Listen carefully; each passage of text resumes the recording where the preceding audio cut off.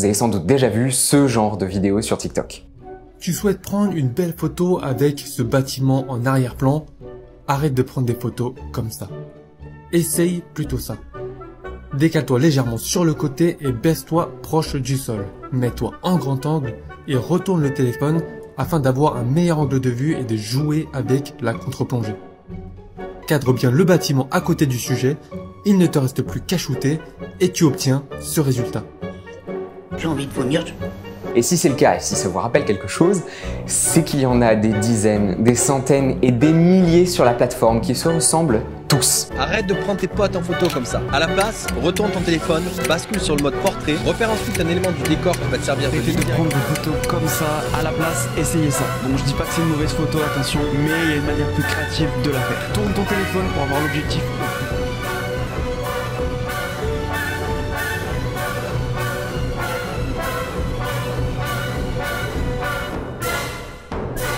Si on parle aujourd'hui ensemble de ce phénomène, c'est que vous avez sans doute déjà observé comme moi ce qu'il se passe là-dessus. Du contenu de très mauvaise qualité qui croise un très grand nombre de vues sur la même plateforme. Non, c'est stupide, mais j'étais complètement désespéré.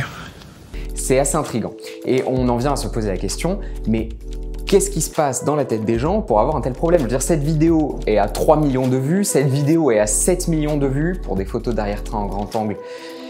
Il y a quand même vraiment un problème sous-jacent. Donc il y a un truc, soit les personnes se foutent royalement des conseils photo et veulent juste du contenu rapide, divertissant, soit les créateurs n'ont aucune créativité, ne savent pas faire mieux en termes de photos, c'est le maximum, le sommet de leurs compétences, et donc ils plafonnent et ils font tous le même contenu à l'appel. J'ai donc réuni les 5 problèmes principaux de ces TikTok conseils photo et de leur format.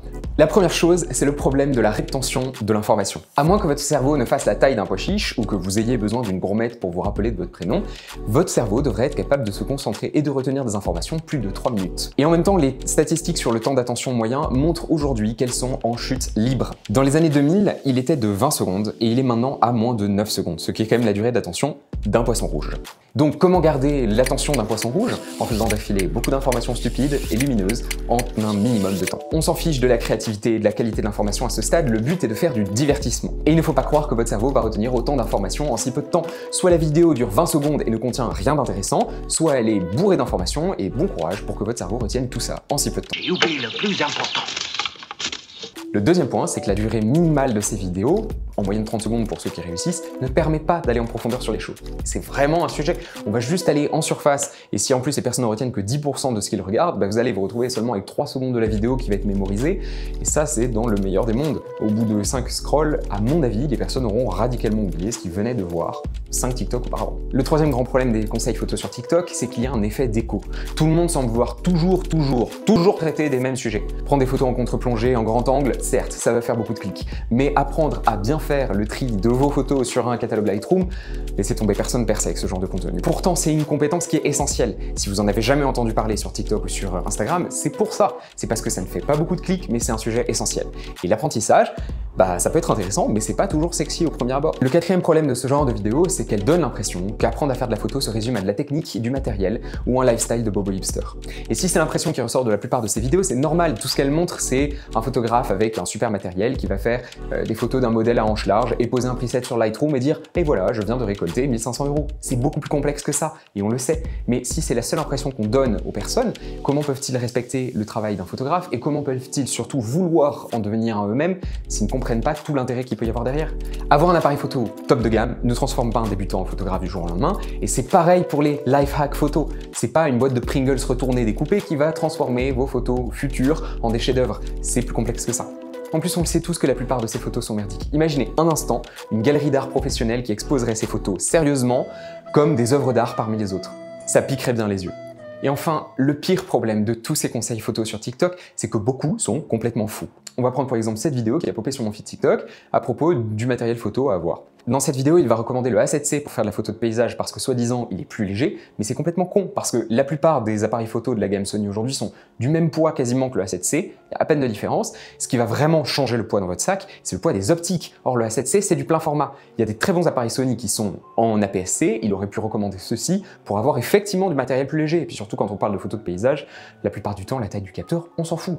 C'est pas la profondeur de champ qui compte pour ça, on parle pas de photos de portrait. Bref, j'ai rien conclu spécifiquement, d'ailleurs aucun de ces conseils sont fondamentaux fondamentalement faux, qui sont juste ultra approximatifs. Et d'ailleurs, lui-même termine la vidéo en disant « La plupart des boîtiers modernes se valent, ce qui va vraiment faire la différence, c'est les optiques. » C'est vrai, mais alors dans ce cas, pourquoi c'est faire cette vidéo? Et bien pire encore que ce genre de vidéo, il y a toutes les trends qui sont volontairement fausses pour créer du suspense.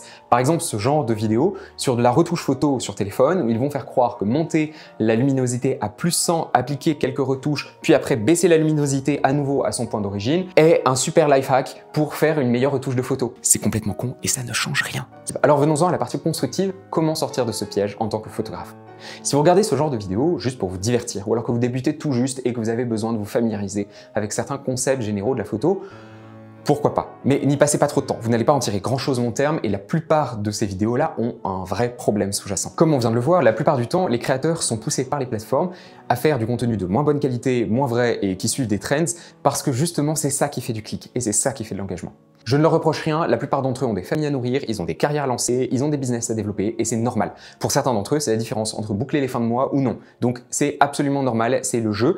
Et d'ailleurs, ceux qui tirent réellement leur épingle du jeu, chapeau à eux, ils ont un bon sens du business. Mais pour toutes les personnes qui regardent ce contenu-là pour apprendre à faire de la photo, vous pouvez trouver beaucoup mieux et c'est ce dont on va parler. Alors on en vient à mes conseils. Qu'est-ce que je vous conseille réellement pour apprendre à faire de la photo long terme? La première chose, c'est la plus classique, ça va être les formats académiques. Ça va être l'apprentissage par des vidéos de bonnes écoles, par des manuels, par des cours dans des écoles en présentiel, par de l'apprentissage auprès des bons photographes que vous connaissez sur les réseaux. Bref, c'est ces trucs un peu institués, un peu sérieux, qui vont vous prendre d'un point de départ à un point d'arrivée et vont vous faire passer par toutes les cases nécessaires en prenant le temps nécessaire pour que vous puissiez bien apprendre. C'est ça qui va faire le travail de fond pour que vous ayez un apprentissage de bonne qualité long terme. Le deuxième format, ça va être les vidéos style vidéo YouTube. C'est plus ludique et vous allez en trouver de plein de sujets différents. Il y a à boire et à manger, mais en règle générale, vous pouvez en trouver de très bonne qualité. Le seul problème, c'est que vous n'allez pas avoir un guide très spécifique de tous les points par lesquels passer et il y a évidemment des secrets que beaucoup de créateurs ne vont pas confier dans leurs vidéos, vont mettre plutôt dans leur formation payante parce que c'est ça qui va leur apporter le plus d'argent. C'est des conseils qui valent trop pour être juste donnés comme ça n'importe comment dans une vidéo YouTube. Donc faites preuve de discernement quand vous regardez des vidéos YouTube et faites attention, il y en a beaucoup qui vont être plus destinés divertissement que apprentissage à proprement parler, et c'est pas forcément celles qui vont vous faire le plus apprendre long terme. La plupart de ces créateurs créent en plus des communautés long terme sur lesquelles ils peuvent tabler pour vraiment leur apprendre des choses, leur apporter de la valeur et en récupérer par la suite. Et en parlant de créer une communauté, si vous voulez m'aider à en créer une, n'hésitez pas à vous abonner et à liker cette vidéo. Et le troisième point pour apprendre à faire de la photo, c'est de s'inspirer du travail de d'autres en regardant ce qui se fait sur Instagram, c'est un très bon moyen. Et il y a pour compléter, à mon avis, les livres photos qui sont une magnifique création qui vous permettront de voir des œuvres qui sont peut-être un peu moins cliquables, mais qui sont de très bonne qualité, très intéressantes, qui vont vous permettre de développer votre créativité, votre œil artistique, voir le monde un petit peu différemment. C'est très utile de se jucher sur des épaules de géants et pas forcément de compter sur ses propres forces systématiquement pour faire du beau.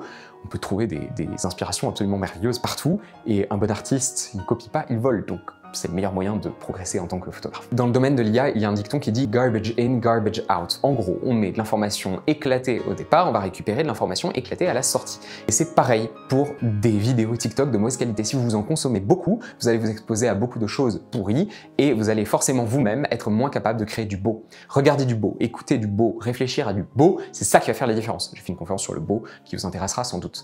Bref, si vous-même vous voulez progresser personnellement en tant que photographe, il faut que vous soigniez la qualité de ce que vous regardez, ce que vous ingérez en contenu, parce que c'est ça qui va faire la différence long terme sur votre capacité à faire du beau. Pour résumer ma pensée, je comprends totalement la volonté des créateurs de faire ce genre de contenu. C'est un contenu qui rapporte de l'argent, qui permet de se faire connaître, qui permet de développer son réseau, mais long terme pour les photographes qui veulent apprendre de la photo, c'est du contenu éclaté qui ne va pas être adapté. Si vous regardez ce genre de contenu-là en tant que débutant pour vous familiariser avec certains concepts ou en tant que divertissement, je comprends, il n'y a pas de problème avec ça.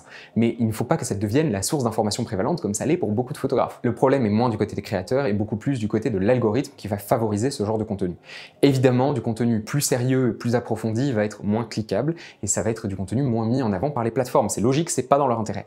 C'est pour ça que je travaille sur le projet École de Mallet, qui est un projet d'école photographie en ligne avec du contenu bien ficelé, qui aille bien en profondeur. Je travaille encore sur les scripts, il y a plein de trucs à faire. Je vais aller vraiment en profondeur et prendre les photographes là où ils sont et les faire développer. C'est qu'un projet, ça va prendre du temps, mais si ça vous intéresse de suivre un petit peu ce parcours, je le documenterai sans doute en vidéo long terme, et donc voilà, n'hésitez pas à vous abonner à suivre ce truc-là. Il y aura évidemment une partie du contenu qui sera gratuit pour bénéficier au plus grand nombre, et les parties un petit peu moins cliquables, ou un petit peu plus du secret de très très haute valeur et qu'on veut pas partager comme ça n'importe comment, et vraiment faire comprendre l'intérêt de ce genre de truc, ça ce sera peut-être la partie qui me permettra de vivre et de continuer à faire ce genre de contenu. Bref, si ce genre de vidéo vous plaît, n'hésitez pas à vous abonner et à liker ce genre de vidéo. N'oubliez pas, le beau sauvera le monde. Et je vous dis à la prochaine vidéo. Ciao! Et si ce genre de vidéo vous intéresse, je vous renvoie vers cette vidéo sur comment avoir des photos nettes avec à peu près n'importe quel appareil et cette vidéo sur le photographe que j'admire beaucoup, Robert Doisneau, et toute une controverse autour de la photo du baiser de l'hôtel de ville. Je vous dis à bientôt. Ciao!